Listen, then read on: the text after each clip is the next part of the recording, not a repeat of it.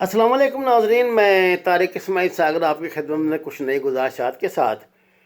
ناظرین، میجر گورو آریہ بہت مشہور راہ کا ایک سابق افسر رہا ہے جو اب سویلین لباس میں یہ خدمات انجام دے رہا ہے۔ یہ وہی میجر گورو آریہ ہے جس نے پی ٹی ایم کے قیام سے 2 سال پہلے پختونوں کو پاکستان کے خلاف استعمال کرنے کا حکومت کو مشورہ دیا تھا۔ اس کے ٹھیک 2 سال کے بعد پی ٹی ایم کا قیام عمل میں آیا۔ یہ وہی میجر گورو آریہ ہے جو عمر داؤد خٹک کو افغانستان کے راستے فرار کروا کے انڈیا لے کے گیا۔ انڈیا میں اس نے اس کو میڈیا کے سامنے عمر داؤد خٹک کو پیش کیا اور عمر داؤد خٹک نے وہاں اپنا مذہب بھی تبدیل کیا۔ انا للہ و انا الیہ راجعون۔ اچھا، اب یہ ان کی کوشش یہ تھی کہ اس کو دوبارہ انٹری ڈال لیں پاکستان میں اور اس سے کام لیں، لیکن غیور پٹھانوں نے اس کا پاکستان میں داخلہ ہی بند کر دیا کیونکہ اس نے تو اپنا مذہب ہی تبدیل کر لیا تھا۔ بہرحال اسی بات سے گھبرا کر اسی بات کے پھر رد عمل میں انہوں نے پی ٹی ایم قائم کی، اور پی ٹی ایم کے جو کارنامے ہیں وہ آپ کے سامنے ہیں۔ یہ میجر گورو آریہ جو ہے یہ ٹویٹر پر اور بہت ایکٹیو ہے، سوشل میڈیا پہ بہت ایکٹیو ہے، اور یہ بہت کھل کے نا ان کی پی ٹی ایم کی جو کرتا ہے، حمایت کرتا ہے۔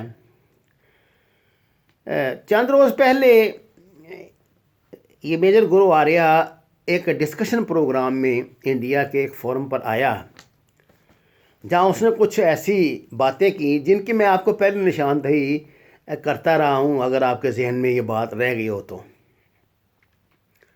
آپ کو اس بات کا علم ہے کہ کراچی میں حکومتوں کی مہربانیوں سے، جنرل مشرف کی مہربانیوں سے ایم کیو ایم اتنی طاقت پکڑ چکی تھی کہ ایک وقت میں الطاف حسین کا دماغ اتنا خراب ہو گیا کہ اس نے اپنے آقاؤں کے اس منصوبے پہ عمل کرنے کی ٹھان لی جس کے مطابق وہ کراچی کو ایک الگ ہی ملک بنا دینے پہ تلا ہوا تھا۔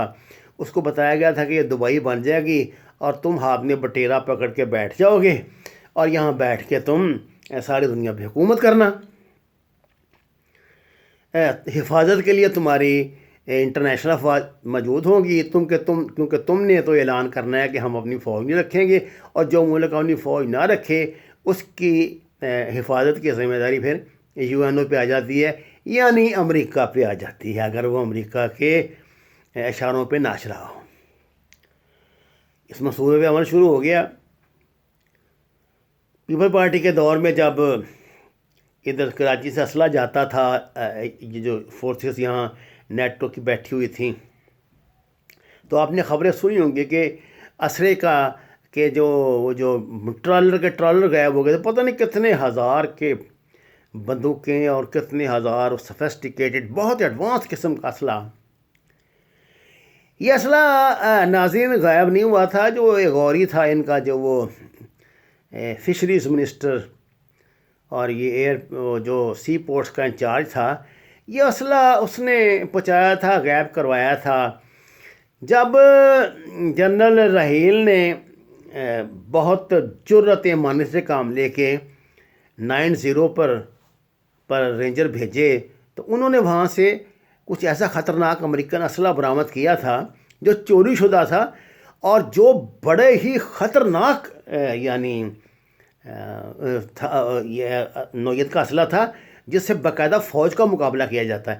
اچھا، ایسی ہزاروں بندوقیں، پستولیں اور گرنیڈر اور جو جدید اسلحہ ہے، مجھے تو اتنے نام بھی نہیں آتے، وہ ان لوگوں نے کراچی کے کونے کونے میں زیر زمین، کہیں پانی کی ٹینکیوں میں کہ چھپایا ہوا تھا۔ جب یہ ظالم قابو آئے ہیں اور ان کے خلاف کامیاب آپریشن ہوا ہے، تو آپ نے دیکھا کہ وہ اسلحہ پھر نکلنا شروع ہوا، تو کس طریقے سے وہ جناب اس طرح آیا سامنے کھل کے، اور کئی ذخائر پکڑے گئے، یعنی ایک ذخیرے سے 100 200 بندوقیں اور بہت جدید ترین اسلحہ بالکل نیا جو لپیٹ کے بحفاظت اور گولیوں سمیت رکھا ہوا تھا، وہ اسی وقت کے لیے رکھا ہوا تھا۔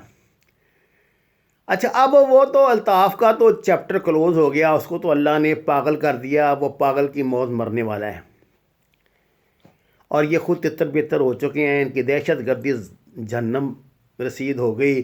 جو ان کے مالکان تھے ان کو اللہ نے خود عذاب میں مبتلا کر دیا اور اب وہ خود اپنی زندگیوں کی خیر مانگتے پھر رہے ہیں. اب میجر گرو آریہ نے جو تازہ ڈسکشن ہے اس میں یہ کہا ہے کہ جناب ہمارے پاس تو کراچی میں ابھی بھی اتنا اسلحہ موجود ہے تو اس کو آپ کب استعمال کرو گے. اس نے بھارتی حکومت سے کہا ہے کہ آپ اس وقت 500 جو دہشت گرد ہے وہ وہاں پہ چھپا ہوا ہے تو آپ مجھے کہیں میں آپ سے 5 لاکھ روپیہ فی آرمی آفیسر لوں گا. کراچی میں 5th کور ہے موجود. تو اس نے کہا کہ وہ باقاعدہ حکمت عملی بتا رہا ہے کہ جناب آپ ایک بندے کو 5 لاکھ روپیہ دیں اور اس کو کہیں جی ایک افسر تم نے مارنا ہے, 5 لاکھ روپیہ دو لو اور ایک افسر کو ٹھوک دو. جیسے اس کے باپ کا کی ہے یہ ساری نہ وراثت کے یہاں جو جی چاہے گا کرتا رہے گا. ایسے ارادے لے کے جانے کتنے جہنم رسید ہو گئے اور کتنے اوروں نے ابھی ہونا ہے. اب چند ناظرین بات یہ ہے کہ پچھلے تو 2-1 ماہ تک ہم مسلسل یہ خبریں سن رہے تھے, جس کے بعد پھر ایک سازش کے تحت یہ جو ہماری کراچی میں پیپل پارٹی کی حکومت ہے اس نے رینجرز کو ان معاملات سے الگ کر دیا. پہلے تو رینجر آپ کو پتہ ہے نا اس آپریشن کیا کرتے تھے دہشت گردوں میں, اب یہ پولیس سے آپریشن کراتے ہیں اور ہر دوسرے مہینے ان کا کسی نہ کسی آئی جی کے ساتھ پھڈا پڑ جاتا ہے کیونکہ وہ ان کی مرضی اور اجازت کے بغیر دریرانہ آپریشن کرتے ہیں. جو ظاہر جو پکڑے جائیں گے ان کے لنکس تو ان سے ہی تھے نا, پیسے تو یہی لیتے تھے نا ان کو سب کچھ کرنے پناہ دینے کے. تو اب پیچھے آپ کو ہوتا ہے سعید غنی کے اوپر جس ایس ایس پی نے الزامات لگائے تھے کہ یہ دہشت گردوں کا سرپرست ہے اور یہ بھتہ خور ہے اور یہ کارنامے ہیں اس کے, جس پہ اس نے پھر بڑی چیخ و پکار وہاں پہ کی سینٹ میں بھی اور یہ بھی اور وہ بھی. آپ یہ وہاں سے ان کے تبادلے کروا رہے ہیں, اس ایس ایس پی کو بھی تبدیل کر دیا ہے. آپ آئی جی کے پیچھے ہاتھ دھو کے پڑ گئے. اور یہ مجھے سمجھ نہیں آتی, یہ کہتے ہیں کہ جی پنجاب میں تو 1 منٹ میں بدل جاتا ہے, ہمارا آئی جی کو نہیں بدلتے. بھائی تم نے تو مذاق بنایا ہوا ہے, جو تمہارے ناجائز احکامات کی پابندی نہ کرے تم اس کو تبدیل کروانے چل پڑتے. یہ کھیل بنایا ہوا ہے تم نے ملک کی سلامتی کو.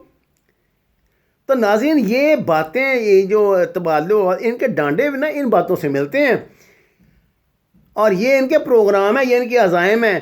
میری تو حکومت سے درخواست ہوگی کہ وہ دوبارہ اس کو رینجرز کو جو ہے نا اختیارات دے تاکہ جو اسلحہ ابھی تک وہاں پہ دفن ہے اس کو تو کم از کم نکال لیں, پھر اس کو پھر یہ کرتے رہیں موج ملا لوٹ مار کرتے رہیں, لیکن ابھی تو پاکستان کی سلامتی کو تو داؤ پہ نہ لگائیں. ناظرین یہ میرا آفیشیل چینل ہے, آپ سے درخواست ہے کہ سچ کے سفر میں میرا ساتھ دیں اور اس کو سبسکرائب کریں, شیئر کریں اور میری حوصلہ افزائی کے لیے اپنے خیالات کا اظہار کریں اور لائک کریں. وما علینا الا البلاغ.